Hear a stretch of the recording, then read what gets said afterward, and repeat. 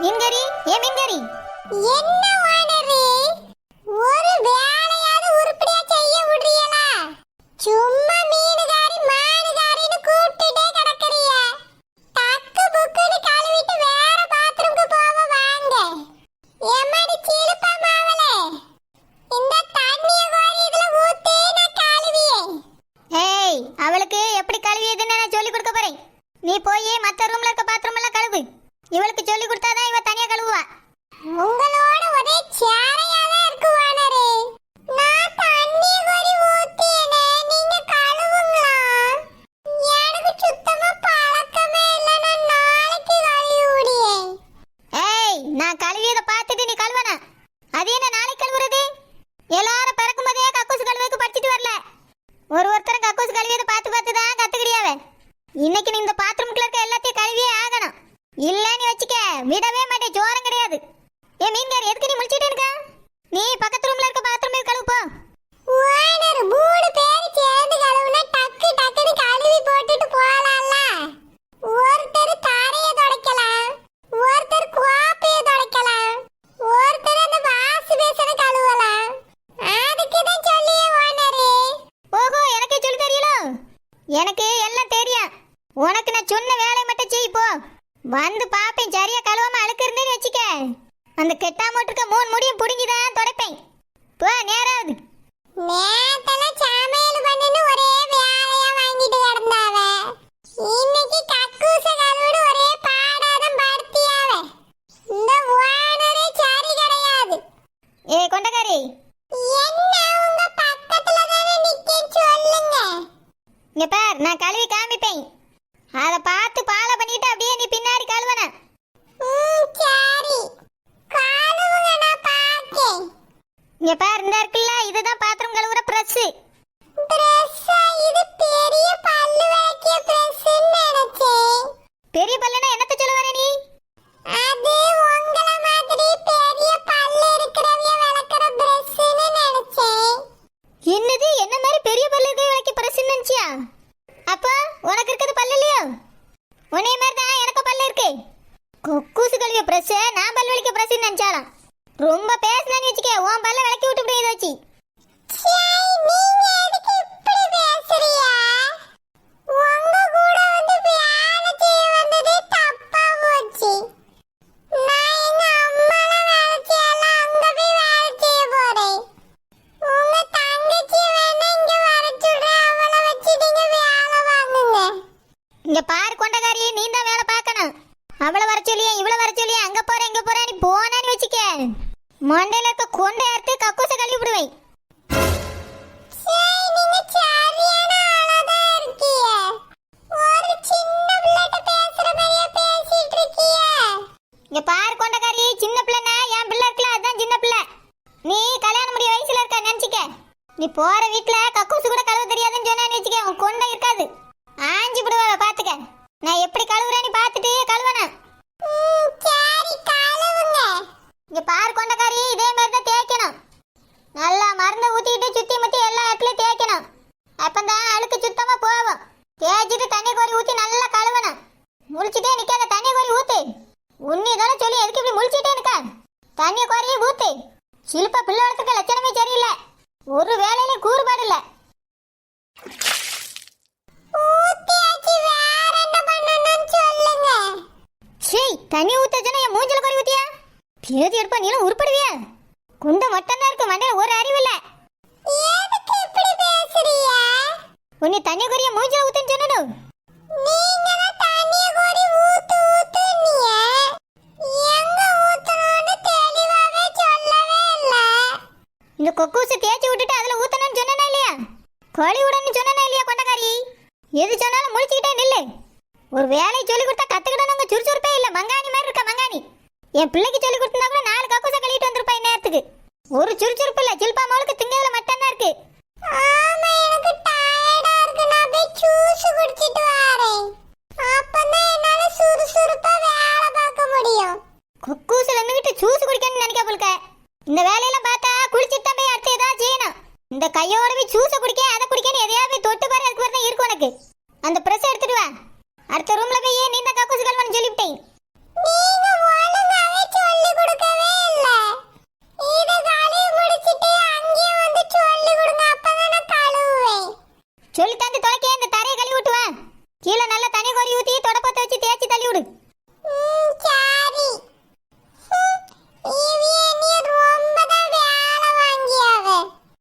கக்கூஸ் எல்லாம் கழுவி முடிக்க ராத்திரி ஆயிரம் முழுக்க இவ பண்ணியது பார்த்தா. எப்பா பாப்பா குனிஞ்சி குனிஞ்சி தொடச்சி எனக்கு இடுப்பெல்லாம் வலிக்குது. ஏ அப்பா என்ன வேலை! இன்னைக்கு துடைக்க சொல்லிட்டாவ, நாளைக்கு தரையை துடைக்க சொல்வாவ, அடுத்த நாள் அந்த கக்கூசை போய் நான் தான் கழுவணும். இவளை கல்யாணம் பண்றதுக்கு வந்தாலும் வந்தோம், என்னால வேலை செஞ்சு முடியல. என் வீட்டுக்கே வேலைக்கு ஆள் வைக்கலாமான்னு இருக்கேன். இவ்வளோ பெரிய வீட்டுக்கு எப்படி வேலை பார்க்க முடியும்? என்னவோ பெரிய பணக்காரி இன்னொன்னு சொகுசா இங்க வந்து தங்கிட்டு போலான்னு வந்தேன். அவி அப்பா மொத்த வேலையெல்லாம் நம்ம தலையில கட்டிட்டாரு. என்ன பண்ணி தொலைக்க, நல்ல பிள்ளையா எல்லா வேலையும் செஞ்சாதான் அந்த பிள்ளைய கட்டி வைப்பாரு. நானும் பெரிய பணக்காரியா ரொம்ப சந்தோஷமா வாழலாம். எல்லாம் அதுக்காக தான் இதெல்லாம் பொறுத்து போயிட்டு இருக்கேன் நான். ராசத்தியம்மா, நான் எல்லா இடத்துக்கும் ஒற்றை அடிச்சிட்டேன். தூத்து நானே அள்ளிரட்டுமா, நீங்க தூக்குறீங்களா? தூத்து அள்ளுறதுக்கு செல்லமா ஷில்பாவும் வருவாளுவ. ஒற்றை அடிச்சு முடிச்சாச்சுன்னா கீழ் வீட்டுல நிறைய ஒற்றை இருக்கு, அதை போய் அடிக்க நான் மற்ற இடத்தெல்லாம் தொடச்சி விட்டு வரேன். சரி ராசத்தியம்மா. பெரிய வீடுல ரொம்ப கஷ்டமா தான் இருக்கு ஒற்றை அடிக்கிறது கூட. எல்லாம் என் மருமகளுக்காக தானே. நான் இவ்வளோ கஷ்டப்பட்டாதான் அந்த பிள்ளைய வீட்டுக்கு கட்டி வைப்பாவ. அதுக்கப்புறம் நாங்க நல்லா தானே வாழ போறோம். இந்த ஒரு 10 நாளைக்கு கஷ்டப்படுறதுல தப்பு இல்லை. அதுவும் சரிதான் ராசாத்தியம்மா. நீங்களும் இவ்வளவு தன்மையா பேசுறீங்களே, அதே பெரிய விஷயம்தான். உங்களுக்கு நானும் சப்போர்ட் பண்ணி குழந்தை நல்ல பிள்ளை, அவளை நல்லா பார்த்துக்கிடுங்க. என் மருமகளை தானே நான் கண்ணுக்குள்ள வச்சு பார்த்துப்பேன். உங்க வாயில இருந்து இப்படி ஒரு வார்த்தை கேட்க ரொம்ப சந்தோஷமா இருக்கு ராசாத்தியம்மா. சரி, அந்த கண்மணி பிள்ளையும் எல்லாத்தையும் நல்லா துடைக்க சொல்லுங்க. நீங்க கீழே ஒற்றை அடிச்ச உடனே அவளை தொடச்சி விட சொல்லுங்க. சரி சொல்லி. இந்த பொம்பளைட்டெல்லாம் நம்ம ஐஸ் வச்சு பேச வேண்டியிருக்கு. இதுதானே அந்த குழந்தைக்கு நல்ல பழக்கம். அப்பதான் நம்மளை பத்தி பெருமையா 2 வார்த்தை பேசும். எல்லார்கிட்டயும் ஒரு நடிப்பு நடிக்க வேண்டியதா தான் இருக்கு. நடிப்போம் பணம் இருக்கலாம், வேற என்ன பண்ண? ஷில்பா வா, இந்த ரூமை நீ தொட, நான் பக்கத்து ரூமை போய் தொடக்க.